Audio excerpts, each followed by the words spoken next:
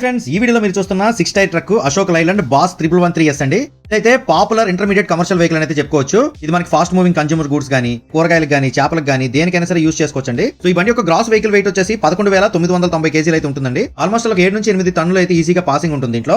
ఇక ఈ ట్రక్ యొక్క క్యాబిన్ గురించి అయితే చెప్పుకోవాలండి. ఫుల్లీ సస్పెండెడ్ క్యాబిన్ అయితే ఉంటుంది. బంప్ రోడ్స్ లో కూడా బంప్ తెలియకుండా కంఫర్ట్ అయితే ఇస్తుంది. ఇప్పుడు మీరు చూస్తున్న బండి అయితే BS4 అండి. ఇంట్లో స్టీరింగ్ విషయానికి వచ్చేప్పటికి పవర్ స్టీరింగ్ అయితే ఉంటుందండి. టిల్ట్ అండ్ టెలిస్కోపిక్ ఆప్షన్ అయితే ఉంటుంది. డ్రైవర్ కంఫర్ట్ తగ్గట్టు అయితే అడ్జస్ట్ చేసుకోవచ్చు. ఇక సీట్ విషయానికి వచ్చేప్పటికి 6 వే అడ్జస్టబుల్ అయితే ఉంటుందండి. వెరీ కంఫర్టబుల్ సిట్టింగ్ అయితే దీంట్లో ఇచ్చారు. మెయిన్ గా దీని యొక్క హాట్ అండ్ ఇంజిన్ గురించి అయితే మాట్లాడాలండి. ఇది మనకి 4462 cc ఇంజిన్ గా వస్తుంది. అండ్ ఇదైతే మనకి 4 సిలిండర్ ఇంజిన్.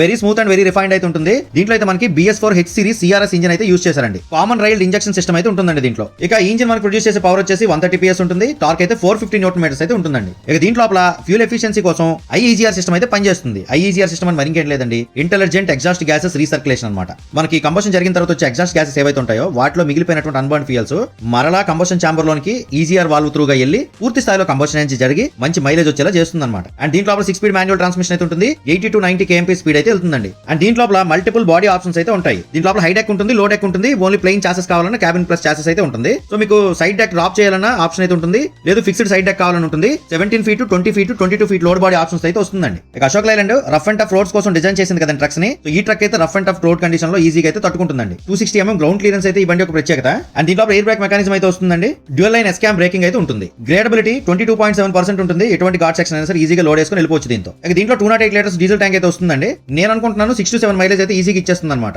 ఇక టైర్స్ విషయానికి వచ్చేప్పటికి 825/20 16 PR టైర్స్ అయితే యూస్ చేశారు. సో మీ దగ్గర ఎవరిదైనా సరే అశోక్ లైలాండ్ బాస్ 1113S ఉంటే ఎంత కొనారని కింద కామెంట్ సెక్షన్ లో తెలియజేయండి. అలాగే ఈ వెహికల్ మైలేజ్ ఎంత వస్తుందో కూడా కామెంట్ చేయండి గైస్. మరి ఇలాంటి ఆటోమొబైల్ కంటెంట్ కోసం మన పేజ్ అయితే ఫాలో అవ్వండి. నమస్కారం, థ్యాంక్ యూ.